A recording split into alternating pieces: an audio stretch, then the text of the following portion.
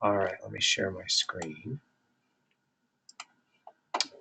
So let me start with this case first. So this is a timely case.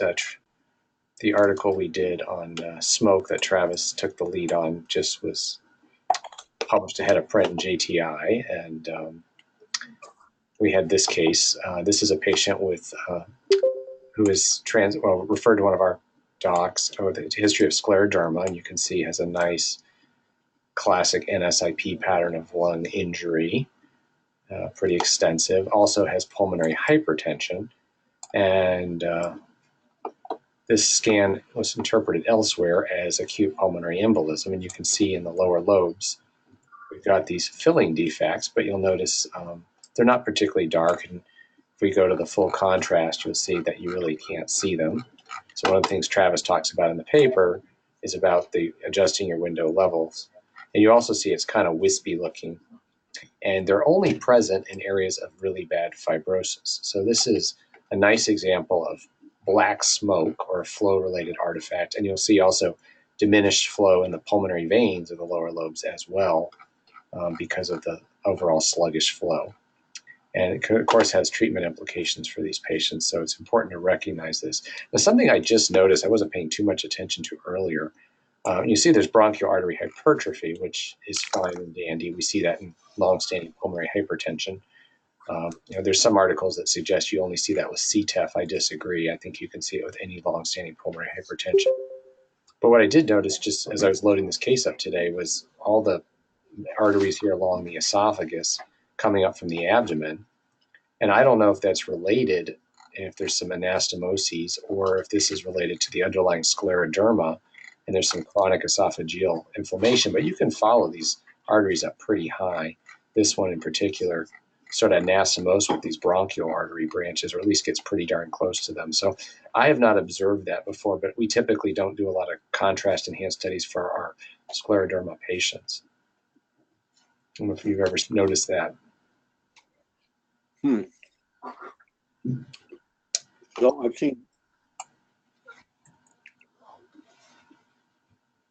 seen dilated bronchial arteries. Sorry, I'm trying not to aspirate here. Dilated bronchial arteries from pulmonary hypertension. That doesn't have to be CTEPH. Right. But I'm not seeing stuff around the esophagus and things. Yeah, I don't know if we just happen to catch it because there's just more blood flow there or the timing, but I'll have to think about that for a little bit. There are, a bunch of anastomotic networks in the mediastinum, so it's possible, but they seem to be coming up from the kind of short gastrics. So I wonder if it's just related to chronic esophageal inflammation from reflux or something. So that's a case of smoke. Let's see. I'll show this case. I'll save the diaphragm one for last, David, so you can not aspirate. So this was a young guy. He's 20-something, no past medical history, comes in the emergency department with cough and fever, and has these chest radiographs. And we see this well-defined, thin-walled cavity in the right lower lung. You see there's a fluid level on it, and on the, the lateral projection here. Come on, there. Try again. There we go. And on the lateral, you can see there's the fluid level, this horizontal line, and the mass is clearly intrapulmonary. There's no interface with the diaphragm. We don't see interface anywhere else. It doesn't look like a typical empyema. So a CT was done at the time for, I don't know if it changes anything initially, but I would have treated him probably for a complicated infection. But okay, we got a CT scan, and we can see some airway-centered nodules from spillage, both lower lobes. And then we got this debris in this thin-walled cavity. So exactly what we see on the radiograph, but what we do figure out from the CT is what the underlying cause of this is. And we see these little well-defined cystic spaces just lateral to it with some abnormal-looking lung, some funny little vessels going through it. No systemic arterial supply, so not a sequestration, but this is an infected CPAM, congenital pulmonary airway malformation, in a young guy. It was his only imaging, so they'll presumably treat him for a complicated infection, and once this cleans up, probably refer him to a surgeon for resection, because once these get infected, they have a decently high rate of recurrent infection. As far as I know, there was no aspiration event, no nothing else. So, but it's because of the poor clearance, these can be a nidus for infection. Otherwise, in the adult world, we tend to leave these alone and not resect them. Okay, this is kind of another interesting case, and this is going to be a patient in his 60s. He has a remote. He presented with elsewhere with some head and neck lesion that was resected and was actinomyces. Not understanding where that comes from, but the head and neck is the most common location of actinomycosis. So I didn't dig into his dental history, but there's nothing specifically pointing to it. But had a chest radiograph, and let me get the timing right. So this is one, and you can see there's a cavitary lesion with a fluid level. There's a nodule there, and there's some other cavities in both lungs. So in that, with a history of actinomycosis, you might think about pulmonary involvement, but they typically form these large, smoldering abscesses that like to cross tissue planes and incite quite a fibrotic response. But this would be a good look for septic emboli, maybe metastases or something else. So at that time, he had a CT shortly thereafter. About a week after that radiograph, they did a CT at another institution, which shows these have smooth margins. They do have fluid in some of them, cavitary, but very smooth margins. Some of them are pretty thick, and you can see they're very low attenuation. So lots of necrosis, and many of them are peripheral. So typically septic emboli are what I like to call shaggy or dirty looking nodules. There's often hemorrhage around them. They cause septic infarcts. These are cleaner. So then I start thinking about other things. Occasionally, if in the right history, I've seen rheumatoid nodules sort of with this look, although the insides are usually a little bit shaggier. Maybe something like cryptococcus, but he had really no risk factor for that. And then, of course, you have to think about granulomatosis with polyangiitis. And just to show you how quickly these can evolve, I don't have a follow-up radiograph, but I have a follow-up CT. So this CT is about 2 weeks after the one I just showed you. And we'll see that, indeed, these have evolved. They're getting thicker, some of them. This one's cavitated more, and they move rather quickly. This one's gotten pretty big, and it looks like it's spilled out, and there's some debris around it. So further workup, and this one even has a little bit of track in it, so I don't know if there's an airway, but further workup finally came back, and he has a positive ANCA PR3. So this is very typical for GPA. So this is the most common manifestation, or lung nodules and masses, and about half of them will cavitate, and they move really fast. TB, this would be a lot of burden for TB without some airway stuff, and also TB nodules, in my experience, are a little bit more irregular and don't move so quickly. So another case of GPA. Pretty straightforward. All right, now here's one. Go ahead. That's a very nice case. Thank you. Sometimes the nodules can be ragged in that condition too, and they really do make you think more of something infectious. Yeah. Like a fungal infection. Yeah, I guess that's true, and depending if they're hemorrhagic or not as well. Okay, so this is a case not so straightforward, and I've talked to a few of you offline about this already. So this sort of is an incidental thing that leads to an incidental thing, and sorting out what's going on. So this patient, as far as I know, doesn't really have much in the way of respiratory symptoms. I think had a cough or something.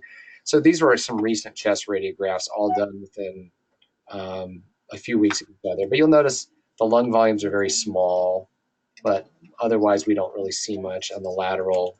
You see just kind of hypoinflated. There's another radiograph done later, still a little bit atelectasis, but small lung volumes. So a CT was done for patient presented to the emergency department a week later with back pain. Has a previous back injury during manual labor. So they did a CT looking for aortic or pulmonary aortic dissection, pulmonary emboli. Didn't show any of that, but it was commented on that the right hemidiaphragm was elevated. And then just noticing one place we like to talk about in this conference, and you'll see there's some thinning posteriorly, but the right diaphragmatic cruce is maybe a little on the thin side. Whoops, don't want to go back down, cycling the next series. But what is abnormal in this one as well is the left hemidiaphragm is pretty thin, and the cruce is quite thin as well. So suggesting some kind of, clearly this happens both supine and upright. These are standing PA radiographs. So chronic small lung volumes.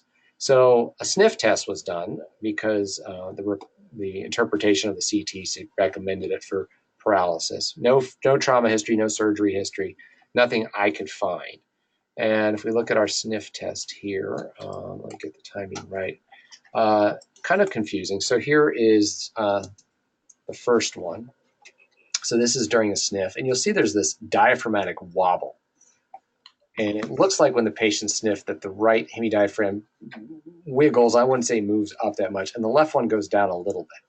So not the typical paradoxical motion we see where it kind of jumps up a bit. So that was one series. And then, let's see, that was the first one. Then it was repeated. Yeah, you can kind of see that, watch the sniff right there. So that time it kind of jumps up a little bit. So it makes you wonder about the right hemidiaphragm.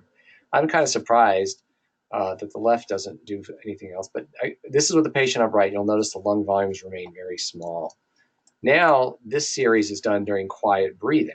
So you'll see there is some excursion. There's normal excursion, well, at least normal in the sense that the hemidiaphragms move synchronously and they are expanding. You can see the ribs expanding. But the patient never takes a really big breath. This is a full inspiration.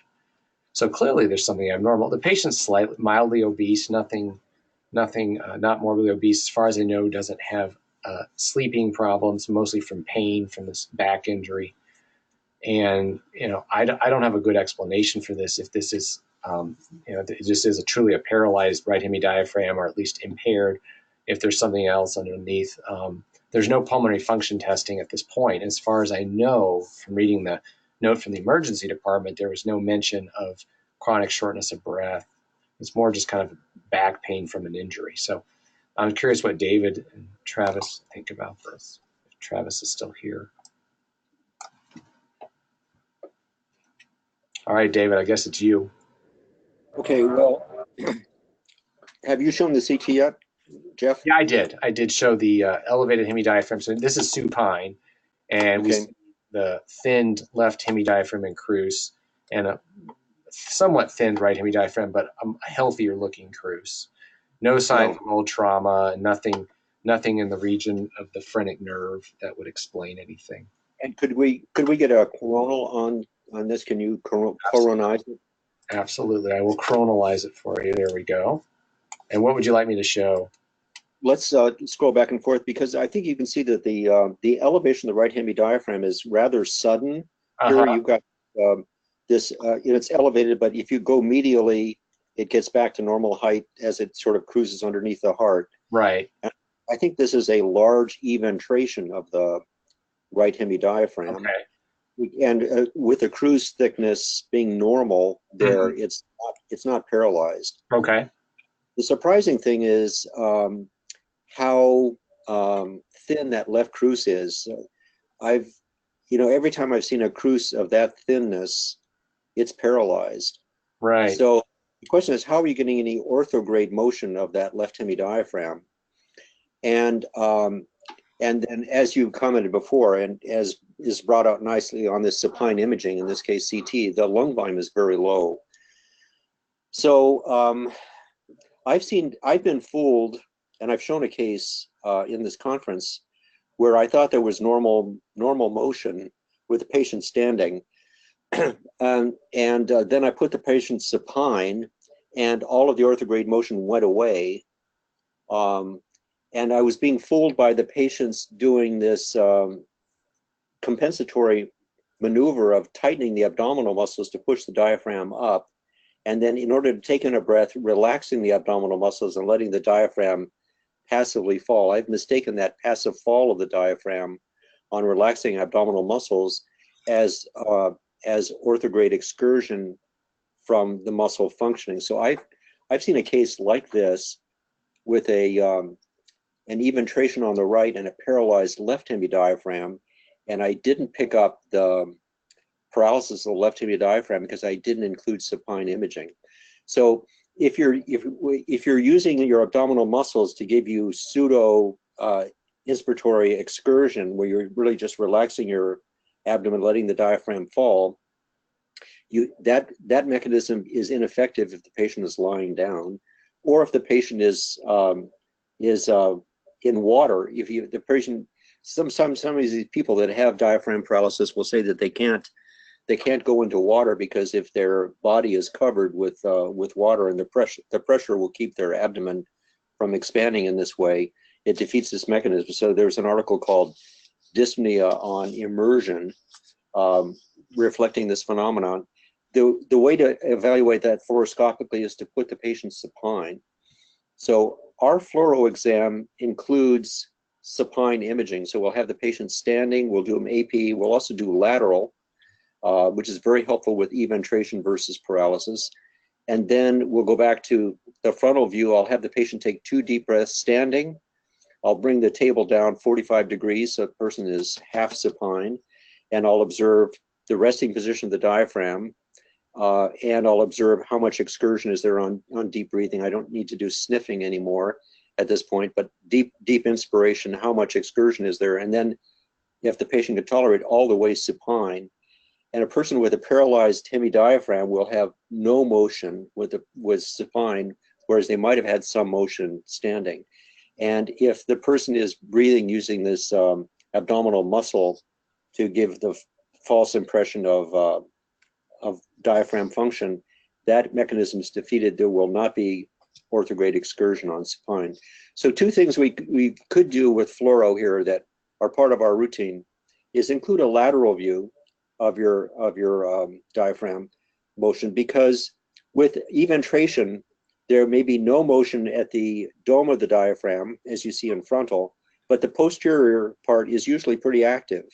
So most of the diaphragm motion is actually posterior to begin with. So having the patient breathe in a lateral view will show you that there is excursion of the posterior part of the hemidiaphragm if it's just a big eventration. Whereas you won't see motion if it's paralysis on the lateral view. So the lateral is very helpful. It should be, it's part of our routine. Excellent. So yeah, so I would do lateral fluoroscopy on this person, and then I would include imaging with the person supine, and then we'll see what happens to that left hemidiaphragm. I wouldn't be surprised to see that all of the motion went away with the person supine, and that left hemidiaphragm really is paralyzed given that degree of crus thinning, and that crus is gone. Yeah, it really is. Well, I will relay that to the people that do the fluoro. Right. And then typically with if people have that much respiratory distress, they're unable to lie flat at night. But you have to ask the patients. I say, do you sleep flat at night? I interview these patients before I fluoro them, and I ask them, certain questions. And it's amazing how often they don't tell you that they have trouble sleeping flat at night until you ask them. Yeah, it's like, do you have any pets? No. Do you have birds? Yes. Yeah. There's a lot like that. Yeah. Okay. Well, thanks for your insights, David. Yeah, it was an interesting. I was like a consult of a consult on this diaphragm, and the wobble was kind of weird. I think once you tease out what's moving where, but yeah, it may have been you who taught me years ago the best stress test for the diaphragm is supine positioning. Right. Okay. Well, those are my cases this week. Are you ready yet, David? I'm not quite ready, but it's close. I can go. All right. Thanks, Travis.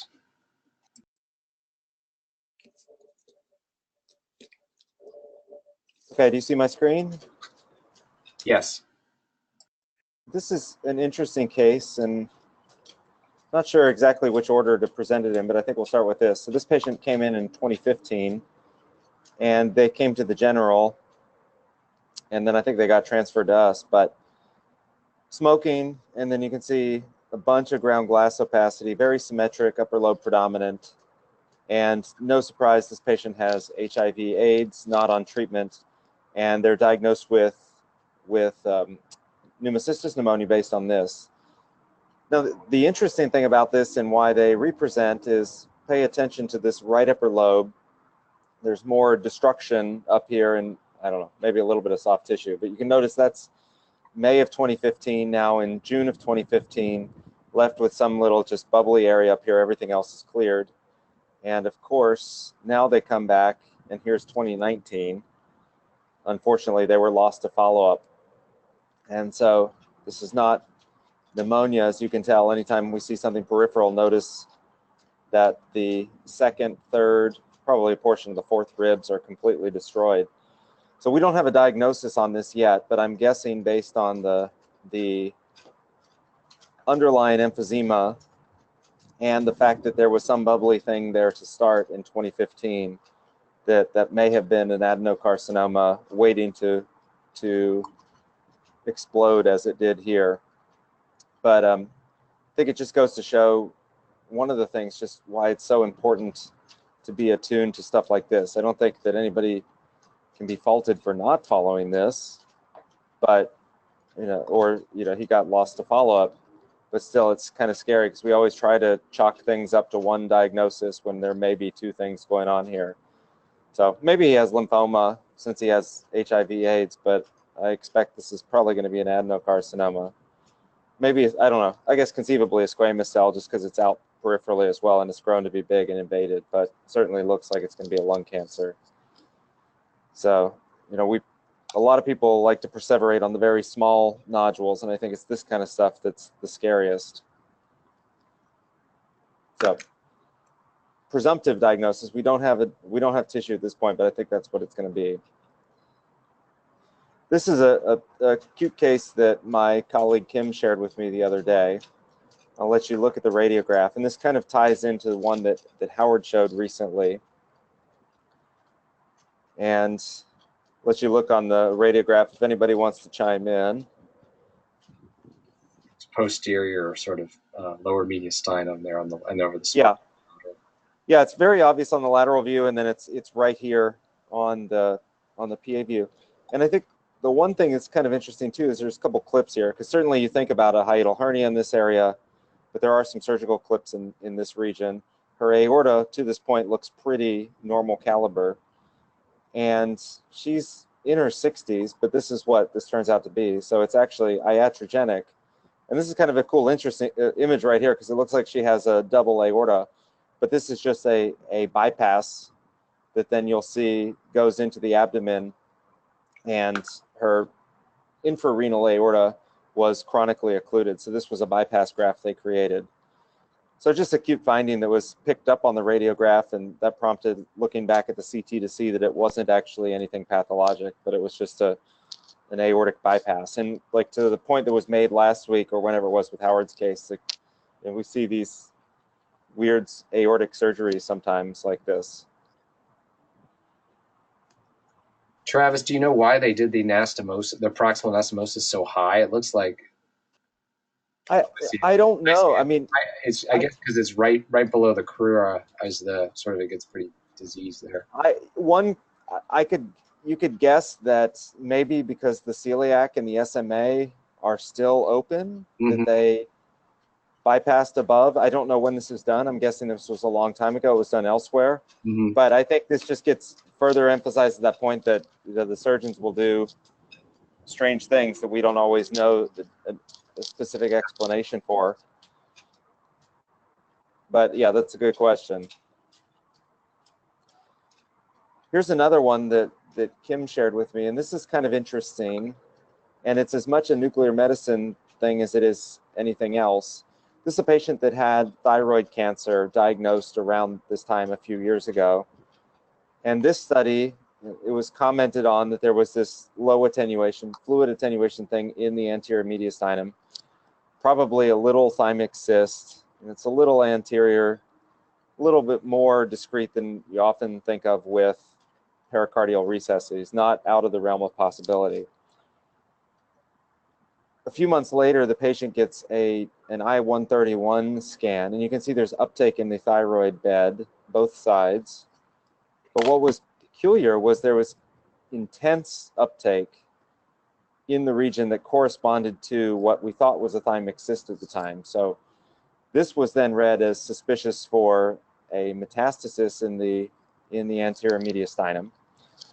And still, though, the SPECT CT images, you didn't really see anything there. It's a pretty low quality study. So they then went to PET, and I will show you the PET here. Got to sync this up, though. Let's see.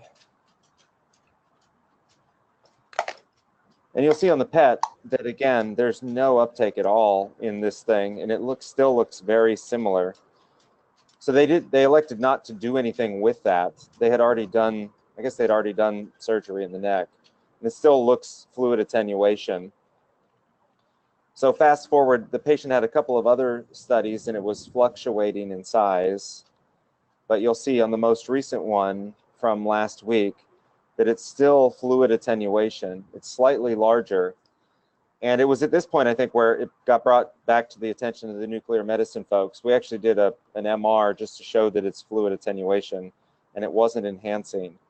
But to make a long story short, you can see on the T2, it's bright and there was no enhancement post-contrast here. There's nothing in that thing. But one of our nuclear medicine colleagues found several case reports of I-131 accumulation in thymic cysts, and this was just one of those. So presumptively, this is just a false positive with I-131 accumulating in a thymic cyst. And I don't know if you guys read SPECT CTs at all in these, but I think it's important to recognize that, because certainly it looks like a cyst and has behaved like one, fluctuated in size a little, and we're not going to have path on it. And I don't know the mechanism for why it accumulates. This was a very, as you can see, very sparse discussion here. Yeah. I don't know if they're epithelial aligned and they secrete into the cyst or what. I don't know. That's weird. We had a case here of sestamibia uptake in a little bit of thymic remnant, which is also another one of these rare ones. But I was taken back in your case how much uptake there was. You know, you look at that blooming artifact; it's insane. Yeah, it's brighter than the TVs. And I don't know how this is windowed. I wasn't able to create myode fusion from this SPECT study, but even just relative to the tumor, which is actually iodine tissue that takes up iodine. So yeah, there are several. I've seen several weird uptakes in the mediastinum. We're often looking for ectopic parathyroid adenoma, which we know like to occur there. But if you look in the literature, there are case reports of false positive sestamibia scans. But this is the first I've heard of or seen of iodine doing that. Yeah, and that was one case report that was shared with me. There are apparently several others, but it's an interesting false positive. Okay, this one is one that I now have path on, and this is a 63-year-old female who presented to an outside hospital with gradual worsening of fatigue, lower extremity tiredness, and actually postprandial pain. And this is the CT she had at the outside hospital. And you'll see that unlike that case of the aortic occlusion I just showed with the bypass, there's something in the aorta here, except it has a much more undulating nodular surface and then abruptly terminates. And it does considerably narrow the aorta here. So at the time, I don't know what was the decision at the outside hospital, but certainly we've seen a lot of recent pulmonary artery intimal sarcomas, and this little undulating surface looks a lot like a sarcoma, no surprise. And I will add that around this time, she had a study that noted that she had some bone lesions. And you'll see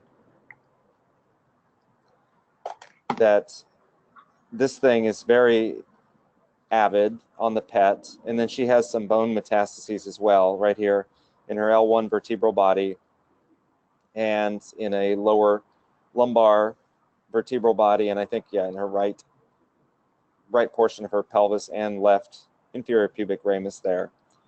So pretty aggressive, but certainly the tumor looks like it's going to be a primary intimal sarcoma or angiosarcoma of the aorta. And then this was the follow-up when she came to us. And you can see over the course of 2 months that this has almost completely occluded her aorta.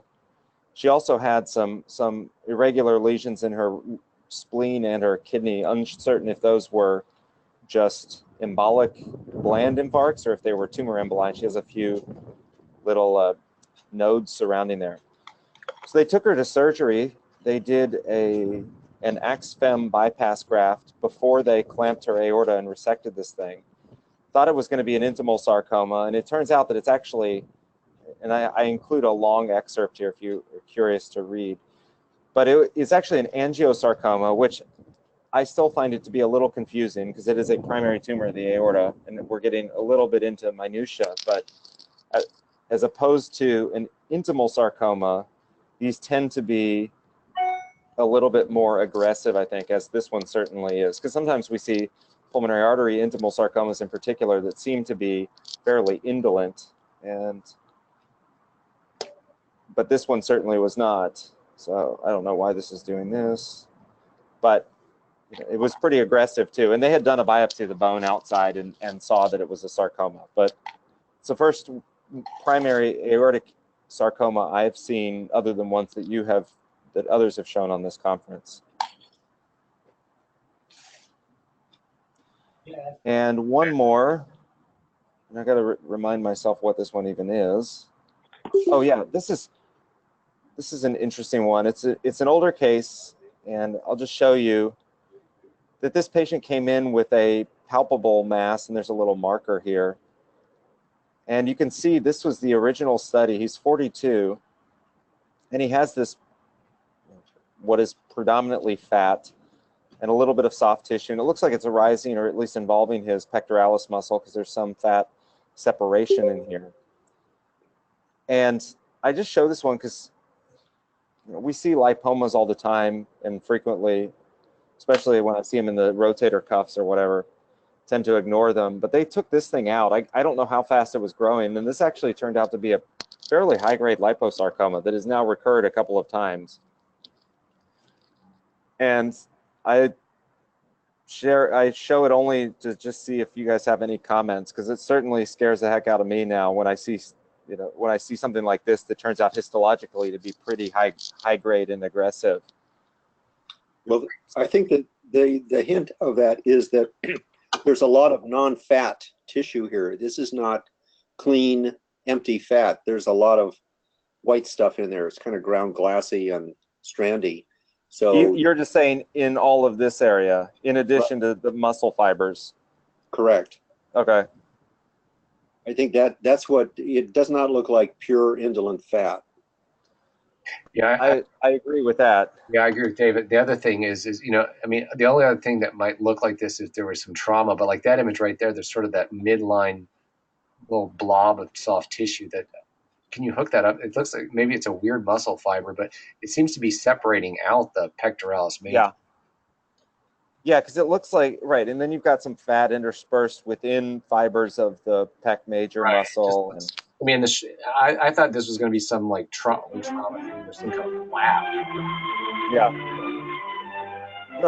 Who's got hold music? That's the Take care of it. Someone put us on hold. Yeah.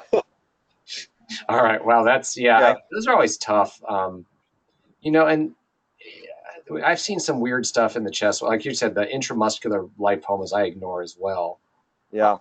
And little lipomas sometimes. I only mention them because someone will palpate them, and then we don't do another scan for them. Right. And I ignore a lot of the simple fat appearing things. And I think part of it may have been the history too, that this was growing relatively rapidly. And I can't tell, there may be a little bit of periosteal reaction here at this point, but they did end up, I think, doing at least a partial sternectomy in him on one of his redo surgeries, because this thing just keeps recurring, no surprise. Yeah, it's probably hard to get a good margin on that. Yeah. So cool. Okay, that's it for me. All right, David, you ready? Increases the vasoconstriction that maybe subsides over time, since it looks like your pulmonary hypertension improved. And maybe the granulomas actually sort of shrink down. There are fewer cells involved, and it leaves behind some scarring, but not the bulky stuff that it crowds the lumen that much. So here's a person who had dry heaves and developed a very nice pneumomediastinum. And the thing that I was interested in this case, pneumomediastinum extending into the neck, is this component out here that extends along the hemidiaphragm that makes you first think about pneumoperitoneum. So with a history of dry heaves, you're definitely worried about pneumoperitoneum. And we had this little collection down here. So intriguingly, the person has an azygous lobe, and we see these nice septal air collections in the lung here from interstitial pulmonary emphysema. We've got some rings around some of these central airways here, and so this is another component of our interstitial pulmonary emphysema. So I believe that this interstitial pulmonary emphysema is the primary event that led to pneumomediastinum. You have to worry with dry heaves that it could have been esophageal disease. But the esophagus, although it does have a fluid level and it's a bit dilated, is pretty well behaved. I don't think that this was esophageal perforation that led to the pneumomediastinum. And I would expect with that there wouldn't be as much air in the lung pretty remotely out here, for instance, in these remote septa, if this had a central origin of pneumomediastinum. In other words, I don't think it dissects out that effectively, whereas I think it's likely dissected inward. So we've got all these nice air collections around central vessels. Now let's follow down and find out that what's going on with that pneumoperitoneum look. And it's just this anterior component here of pneumomediastinum that gave that false impression of pneumoperitoneum. So let's see what that looks like here on the CT anteriorly. So here's this little gas collection here, and it's just a lateral extension from the pneumomediastinum. It's not pneumoperitoneum. So this is the first time I've seen the extension along the top of the diaphragm like that from pneumomediastinum. I have seen it go out over the lung apices and resemble pneumothorax, sometimes bilateral. And that's, again, it's extrapleural gas outside parietal pleura and should not be treated with tube thoracostomy. But this is the first time I've seen pseudo pneumoperitoneum. Have you guys seen this? I think so. I have to think about it. What else is cool in your case? You mentioned the azygous fissure. I think on the axial images there was a nice image that showed that the gas, that the vein or tracking along it is truly extrapleural. Right there. See, it's clearly extrapleural. That's cool. Yeah. Can you show the lateral radiograph? There's so much air. I'm just curious if you see like a ring around the artery sign on the right or any. We've got stuff tracking along the main pulmonary artery, and sometimes the anterior wall of the trachea, and it does look like your right pulmonary artery looks a little bit more well defined. Right pulmonary artery too, yeah. And maybe the venous confluence just posterior to the left wall, posterior wall of the heart. It looks like there's some gas tracking. Yep. Sort of just south of there. This person is very streaky. Okay. Okay. So another, pneumomediastinum continues to entertain. And then this is a case that Julie shared earlier this week. This is Julie's last week at the VA. She is retiring next week, which is a real loss. She's been there for 30 years and she's been contributing cases over the years. And Quiet Julie has contributed so much to teaching around it. They created a teaching award in her name at the VA. So she sent this outside case that was sent to the VA of nodulosis. And this person has a variety of nodules. There seem to be worse in the bases, and many of them are Cheerios. So she used the term Cheerios to describe these. So basal concentration of these lung nodules. Now there's another condition going on here, and that is that there's some central airways disease down here, which is probably from aspiration, just given its distribution. So we do have some bronchial disease here, but a lot of these Cheerios and little nodules are independent of airways. They're not, you can't establish continuity with the airways. So I think the nodules are a separate process, and many of them are cavitated. So I started looking up stuff, and there was a lot of talk about meningothelial nodules, and I said, well, should those really be cavitated? And then I looked up a case that Travis shared in 2015, I think, that shows very similar findings to this. Basal predominant lung nodules, sort of fuzzy lung nodules, many of which had the Cheerio sign, had a little central lucencies to them. So I think nicely with Travis's case. Yeah. And I don't think it's a good distribution for LCH, which is something that Travis brought up, and Travis also discounted adenocarcinoma. And when I showed it to Sudhakar, he said he didn't think that meningothelial nodules should have air bronchograms, but then he looked at his own article about Cheerios, and evidently that's one of the causes of Cheerios. And then he also brought up adenocarcinoma as a consideration given the basal predominance, or maybe even metastasis with cavitation given the basal predominance, and thought that the basal predominance was an argument against LCH. So those are all the things we discussed. When I saw Travis's case again, I don't know whether Travis had biopsy proof, you know, it looked just like this case, except for the airway thickening. We've had a couple with biopsy proof that have been shown. I think Jeff's shown one and I've shown one. Yeah, have these been unchanged over a period of time? This is the only exam we have, so we don't know that. And David, in my experience, these meningothelial-like nodules, they're lucent in the center. I don't know if I use the term cavitary because they're not more lucent than normal lung parenchyma. It's Good about point. the same shade of gray. Yeah. And they're so smooth and regular. They look like, you know, tiny little washers or something. They don't have shaggy or bubbly appearances. They almost look fake. So I think these are meningothelial-like nodules, but the easiest thing to do is do a short-term follow-up because if they're Mets, they'll declare themselves. I agree with Sudhakar and everyone else. It's not LCH. Again, they're too clean for LCH, and then the wrong distribution. Yeah, but Mets or adenocarcinoma, a follow-up in 3 to 6 months is going to settle that. Yeah, exactly. Because I feel like when we see this, because we see a couple of these a year now, and they all look like this, and it seems like it's just a diagnosis of exclusion, though, on the first study. But you're both very comfortable with the Cheerios being consistent with diagnosis of meningothelial nodules. Because a couple of articles I looked at didn't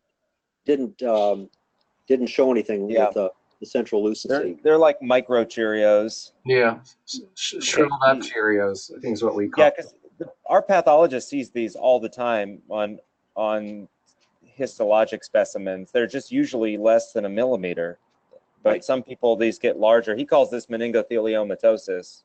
Right, when it's this pronounced. And some people have speculated that this is stimulated by some inflammatory process in the lung or some neoplastic process that it leads to these things. Maybe aspiration in this patient? Yeah. With all those thick airways? Yeah. So, I mean, is that part of the argument that you guys have heard before, that these are a secondary phenomenon, that they may be stimulated by some other lung process? That's the thought. I mean, the ones that we can see. Yeah. So, okay, guys. So I will relay this to Julie and 3-month follow-up. The retirement plaque. That's great. Yeah, Cheerios are kind of cool. There's a pretty limited differential diagnosis, and I think the morphology is so important. You know, sort of where you're going to go with it. I mean, if these were all ratty or shaggy, I'd be thinking pancreatic cancer or colon or something. But they are just so clean that they're probably related to the aspiration and just sort of little meningothelial-like nodules.